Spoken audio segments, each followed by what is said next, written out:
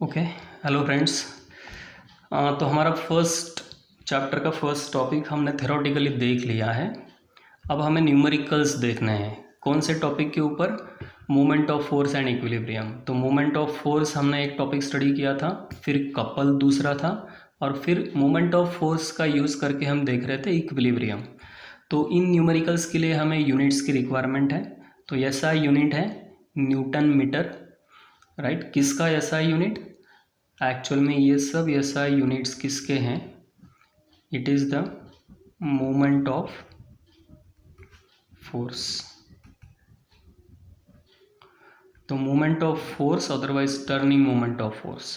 तो ऐसा यूनिट है न्यूटन मीटर और सीजीएस यूनिट है डाइन सेंटीमीटर। तो ये कन्वर्जन्स है, जैसे लगेंगे हम उसको यूज़ करते हैं, ठीक है। तो बेटर है हम हमारे बुक में जो दिए हैं अनसॉल्व क्वेश्चंस कुछ दिए हैं मैंने, उसमें से कुछ क्वेश्चंस यहाँ पे लिखे हैं, उनको हम सॉल्व करते हैं। ओके, तो फर्स्ट क्वेश्चन है the figure shows two forces F1 5 Newton. तो यहाँ पे फिगर में एक फोर्स है F1 5 न्यूटन जो ए पॉइंट से अप्लाई हो रहा है। F2 3 न्यूटन, ये सेकेंड फोर्स है 3 newton acting at point A and B of rod pivoted at point O. तो ये यहाँ पर ओ पॉइंट में एक तरह से पाइवोट है, यानी कि ओ पॉइंट फिक्स्ड है यहाँ पर। तो such that O A is 2 metre, O से ए तक का डिस्टेंस है 2 मीटर, राइट। ये मोमेंट आर्म हो गया। O B is 4 metre, O B is 4 metre, तो ये मोमेंट आर्म है सेकेंड। तो हमें तीन सिंपल कैलकुलेशन करने हैं। Moment of force F1 at O। तो फिर हम कैलकुलेट करते हैं first one, that is moment of force F1। तो हमें फिगर में देखना है F1 यहाँ पर है। तो मोमेंट ऑफ फोर्स का पहला प्रिंसिपल होता है कि किसका प्रोडक्ट करना है, F1 multiply by force A point से अप्लाई हो रहा है, पाइवोट यहाँ पर है। तो O A is a moment arm, not couple arm, it is a moment arm. तो F1 मल्टीप्लाई बाय ओ ए। और ये कौन सा, एक्चुअल में ये भी देखो कि इस फोर्स की वजह से कैसे मूव करेगा वो। तो इस फोर्स की वजह से एक्चुअल में क्या होगा, एंटी क्लॉकवाइज मूवमेंट होगा, राइट। तो F1 का वैल्यू है 5 और ओ ए का वैल्यू है 2, राइट। तो 5 मल्टीप्लाई बाय 2 दैट इज 10। तो 5 न्यूटन है और ये 2 क्या है, मीटर। तो फिर हमारा यूनिट होगा न्यूटन मीटर। तो moment of force F1 10 newton metre. लेकिन हमने ऑब्जर्व किया कि रोटेशन कौन सा कर रहा है, वो टर्निंग कौन सा डायरेक्शन में कर रहा है, एंटी क्लॉकवाइज। तो हमें यहाँ पे लिखना होगा एंटी क्लॉकवाइज। तो देखो इसका वैल्यू एक्चुअल में एंटी क्लॉकवाइज का मतलब है ये पॉजिटिव हो गया। यहाँ पर हम पॉजिटिव साइन भी लिख सकते हैं या फिर हम ब्रैकेट में लिख सकते हैं एंटी क्लॉकवाइज। दोनों ऑप्शन आपके लिए ओपन रहेंगे। अब सेकंड है मोमेंट ऑफ फोर्स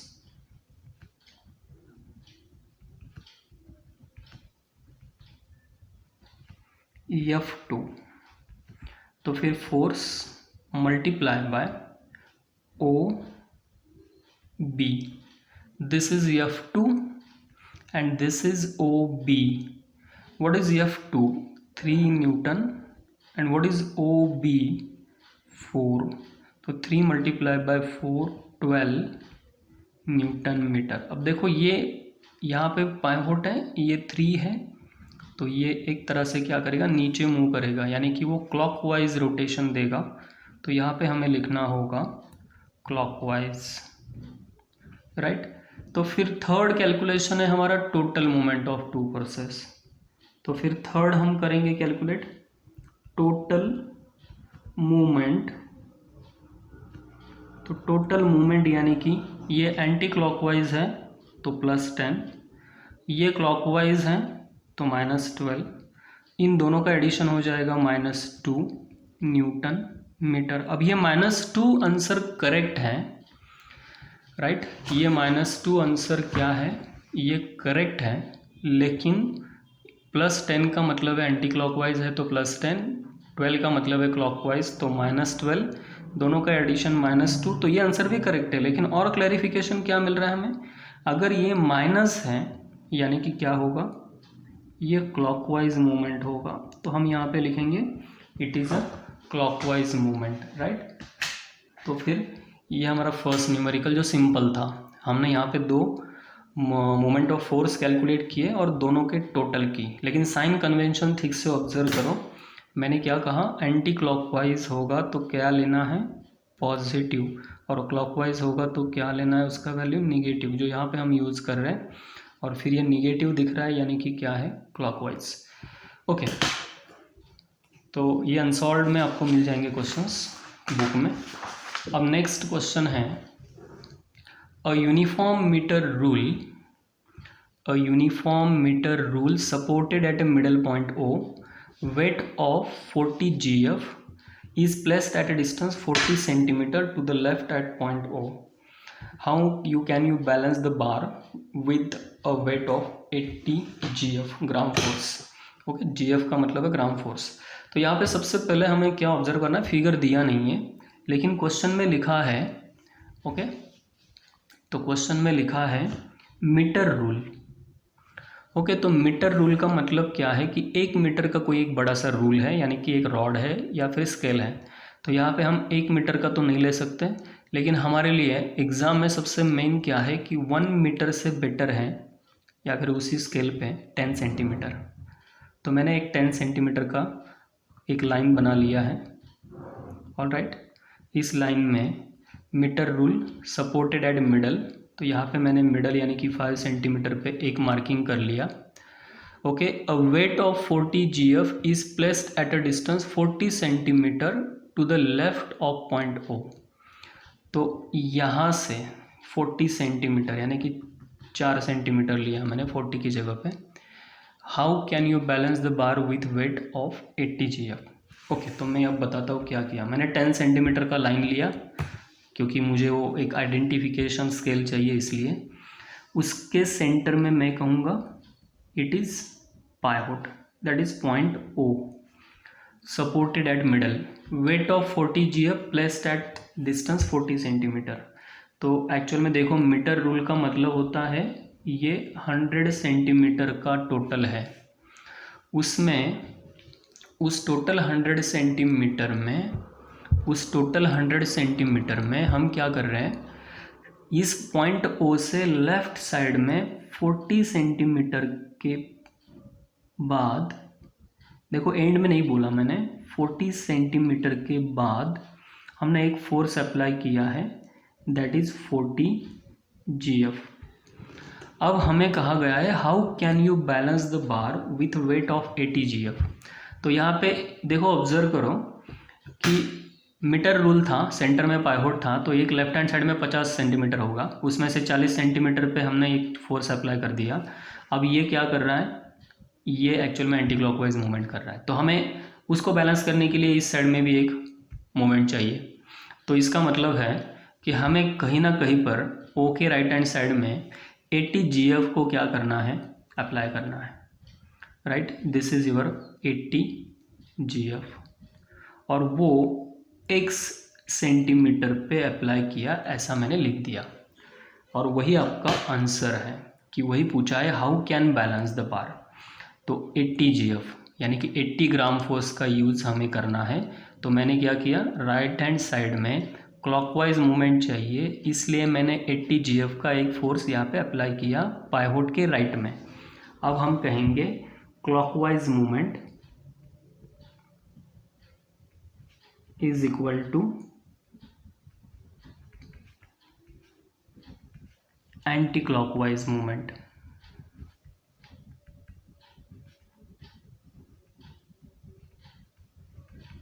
ओके, तो क्लॉकवाइज मूवमेंट यानी कि इस साइड में है right clockwise, that is force 80 GF multiply by x centimetre. Anti clockwise यानी कि लेफ्ट हैंड साइड में ये एंटी क्लॉकवाइज है, फोर्स 40 GF एंड 40 सेंटीमीटर। तो दोनों साइड में क्लॉकवाइज एंटी क्लॉकवाइज में GF ग्राम फोर्स यानी कि फोर्स का यूनिट सेम है, तो फिर इस मोमेंट आर्म का यूनिट भी सेम ही होगा। तो x is equal to 40 multiply by 40, ये 80 राइट हैंड साइड में डिवाइड होगा, तो x is equal to 20 centimetre. तो अब हमें पूछा गया है how can you balance the bar with weight, right. तो हमें लिखना है by putting, otherwise by placing weight of 80 gram force at 20 centimetre right from point O। तो O पॉइंट के राइट साइड में x सेंटीमीटर यानी कि 20 सेंटीमीटर पे हमें उसे प्लेस करना है। तो देखो फिगर बनाओगे तो वो जल्दी अंडरस्टैंड होगा, ठीक है। वैसा ही एक नेक्स्ट क्वेश्चन है, a physical balance has its arms of length 60 centimetre and 40 centimetre. तो दो आर्म्स के वैल्यू दिए हमें, राइट। तो दो आर्म्स है, first one is L1 60 centimetre. देखो मीटर रूल नहीं कहा है तो इसलिए मैंने फिगर में कोई लाइन ड्रॉ नहीं की। आर्म्स दिए है L1 60, L2 40 centimetre, okay. Then what weight kept on the pan of longer arm, यानी कि लॉन्गर आर्म यानी कि 60, तो W1 पूछा है। विल बैलेंस का मतलब है हम इक्विलिब्रियम की बात कर रहे हैं। Balance the object of weight 100 GF kept on other pan. Other का मतलब है शॉल्टर आर्म्स 40 वाला, तो उसके ऊपर है 100 GF। तो अब थियोरेटिकली जब हम स्टडी कर रहे थे तो हमने ये स्टडी किया है, राइट। तो इक्विलिब्रियम में स्टडी किया था हमने, clockwise movement is equal to anti clockwise movement, यानी कि L1 multiply by W1 is equal to L2 multiply by W2, right. तो आप थ्योरी का लेक्चर रेफर करो, उसमें मिल जाएगा। L1 है 60 मल्टीप्लाई बाय W1, L2 है 40 मल्टीप्लाई बाय W2। तो what is W1? 40 multiply bye 100 upon 60, okay.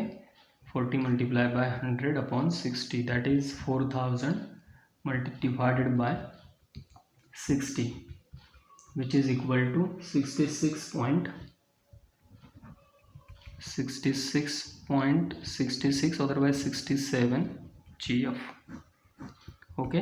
तो सिंपल है, लॉन्गर आर्म शॉर्टर आर्म हमें पता थे। लॉन्गर आर्म पे कितना वेट रखना है पता नहीं है, लेकिन शॉर्टर आर्म पे 100 GF रखा हुआ है, तो W1 का निकालना है। तो ये दोनों मोमेंट्स हमने इक्वल किए, राइट। तो हम यहाँ पे लिख सकते हैं फॉर इक्विलिब्रियम, यानी कि हमें बैलेंस करना है, इसका ही मतलब था फॉर इक्विलिब्रियम। हमने ये सीधा इक्विलिब्रियम का कंसेप्ट अप्लाई किया, हमें W1 मिल गया, ठीक है, ओके। तो और एक क्वेश्चन है नेक्स्ट।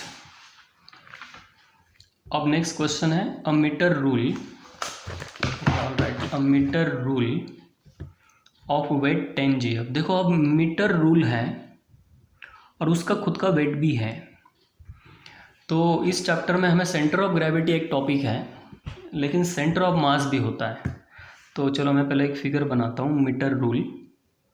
तो मीटर रूल को हमेशा 10 सेंटीमीटर वाला लाइन से ड्रॉ करो, जो इजी होगा। तो ये 10 सेंटीमीटर का लाइन मैंने ड्रॉ किया, तो ये आपका मीटर रूल हो गया।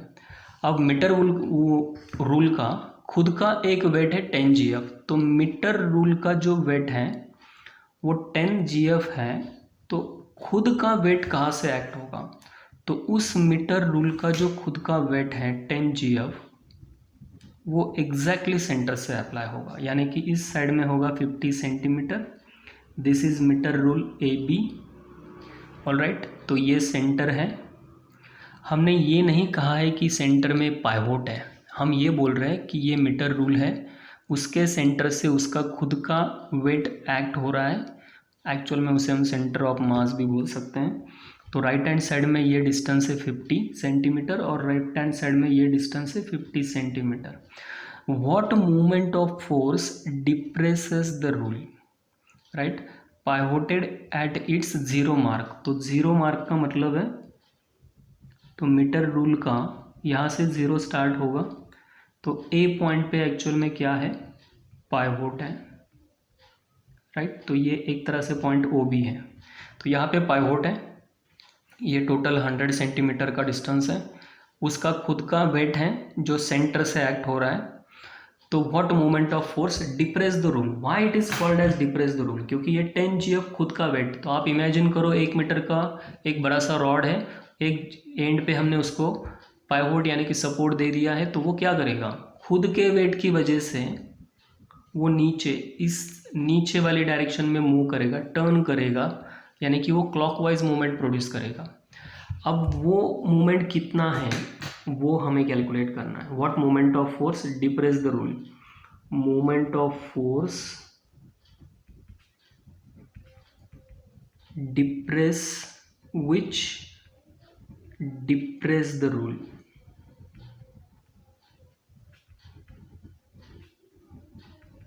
तो कितना है फोर्स, दैट इज कितना है फोर्स, 10 GF,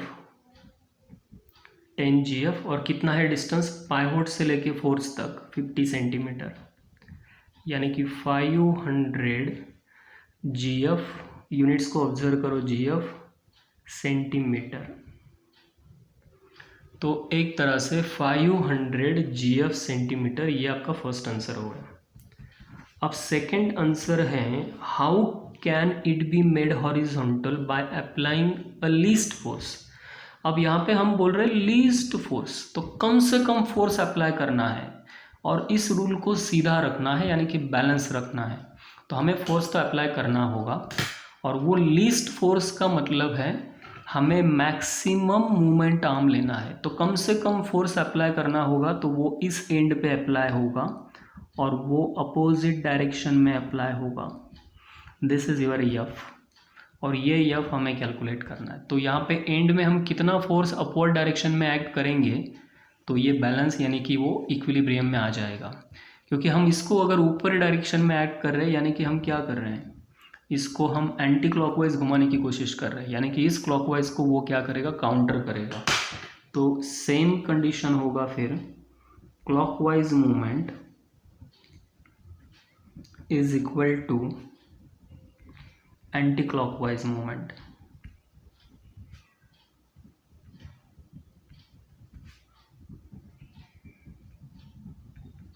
राइट, तो क्लॉकवाइज मूवमेंट कितना है, ये क्लॉकवाइज बना रहा है, राइट। तो जो आप ऑलरेडी हमें पता है, force 10 and this is 50 centimetre. और एंटी क्लॉकवाइज मूवमेंट के लिए यहाँ पे हम अपवर्ड डायरेक्शन में फोर्स एक्ट कर रहे हैं, तो उसका वैल्यू है एफ, और कितना डिस्टेंस है 0 टू एंड तक, यानी कि 50 + 50 यानी कि 100 सेंटीमीटर। 100 सेंटीमीटर पे हम फोर्स एक्ट कर रहे हैं, तो फोर्स क्या होगा, तो ये 100 लेफ्ट हैंड साइड में डिवाइड करो, 10 × 50/100 which is equal to 5 GF, यानी कि यहाँ पे हमें कितना फोर्स अप्लाई करना चाहिए, 5 GF, राइट। तो जब हम 5 GF फोर्स अप्लाई करेंगे तो वो बैलेंस हो जाएगा, यानी कि ये स्केल अपने आप स्टेशनरी यानी कि इक्विलिब्रियम में हो जाएगा। ओके, देन नेक्स्ट एक क्वेश्चन है, और 5th क्वेश्चन लिया है मैंने। Again a uniform metre rule कहाँ है, तो हम एक मीटर रूल बनाते हैं। ऑलराइट, एक मीटर रूल बनाया मैंने। अगेन मीटर रूल आपको 10 सेंटीमीटर का बनाना है। This is your metre rule, can be balanced at 70 centimetre mark, यानी कि 70 सेंटीमीटर है तो हम 7 पे उसको बैलेंस कर देते हैं, यानी कि 70 पे एक सपोर्ट यहाँ पे हम प्लेस कर दो। व्हेन मास ऑफ 0.05 kg, यहाँ पे आपको लिखना है 70, एक्चुअल में मास ऑफ ये 70 है, ये 0 है, ये 100 है। Mass of 0.05 kg is hung from 94 centimetre mark.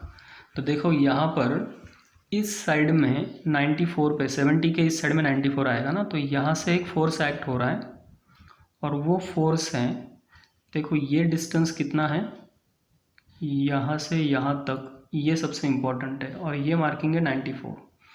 तो 70 से लेकर 94 तक, यानी कि कितने हो गए, 24 सेंटीमीटर। तो यहाँ से यहाँ तक मोमेंट आर्म होगा 24 सेंटीमीटर। और फोर्स कितना है 0.05 kg। ओके, तो then draw the diagram of arrangement. तो हमने डायग्राम बना लिया। Find the mass of metre rule. अब देखो मास ऑफ मीटर रूल क्यों, क्योंकि हम ऑलरेडी बोल रहे हैं कैन बी बैलेंस्ड, यानी कि ये ऑलरेडी क्या है, ये ऑलरेडी बैलेंस्ड ही है। ये मीटर रूल ऑलरेडी बैलेंस्ड ही है।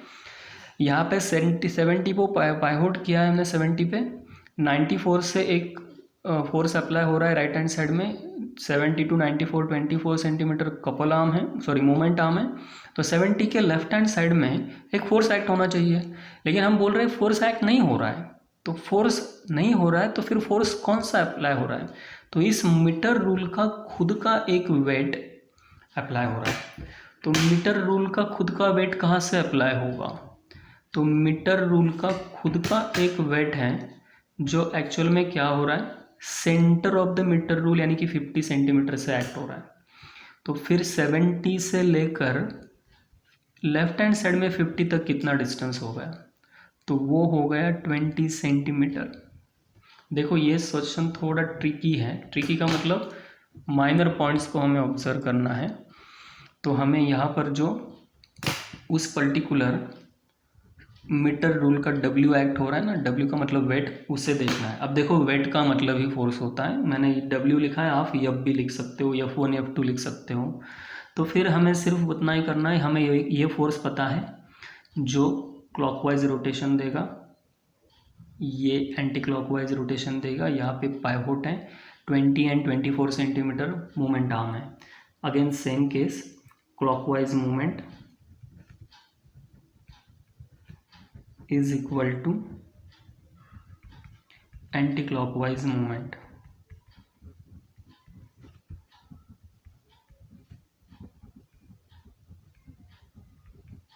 ओके, तो क्लॉकवाइज मूवमेंट कितना है 70 से इस साइड में राइट हैंड साइड में F यानी कि फोर्स है आपका 0.05 मल्टीप्लाई बाय 24, और एंटी क्लॉकवाइज यानी कि इस साइड में है फोर्स W यानी कि उसका खुद का वेट मल्टीप्लाई बाय 20 सेंटीमीटर। तो what is W, 0.05 multiply by 24 upon 20, then what is W, that is equal to 0.05 multiply by 24 divided by 20 which is equal to 0.06 kg। तो ये मीटर रूल का आपको मास मिलेगा 0.06 kg। ओके, तो most of the times physics के question paper में first section में इसके ऊपर न्यूमेरिकल हो सकता है। तो फिजिक्स के न्यूमेरिकल मोस्टली 2 मार्क्स के होते हैं, और बहुत डिफ़िकल्ट होगा तो वो 3 मार्क्स का होगा। तो मुझे लगता है कि 2 मार्क्स के हिसाब से ये सब न्यूमेरिकल्स बेस्ट हैं जो हमने अभी यहाँ पे सॉल्व किए हैं। तो बहुत डिफ़िकल्ट न्यूमेरिकल मत फाइंड आउट करो, कोई ज़रूरत नहीं है। बुक में जो अनसॉल्व है वो एक्चुअल में ईजी है एज़ कम्पेयर टू सॉल्व। तो बुक में जाकर सॉल्व मत देखो, बुक में जाकर अनसॉल्व सॉल्व करो, क्योंकि वही एग्ज़ाम में आएंगे। तो मैंने 4-5 एक सॉल्व किए हैं, आपको बचे हुए 10 क्वेश्चन है, उसमें भी स्टार्टिंग के तो बहुत सिंपल है, तो उसको सॉल्व करो। और कुछ प्रॉब्लम होगी तो मैसेज करो मुझे। ये सब न्यूमेरिकल्स सब वेरीफाई करो। नेक्स्ट लेक्चर में हम रिमेनिंग टॉपिक लेंगे। ओके, अगर वीडियो पसंद है तो उसे लाइक करो, चैनल को सब्सक्राइब करो और बेल आइकन पे क्लिक करो। Okay, thank you.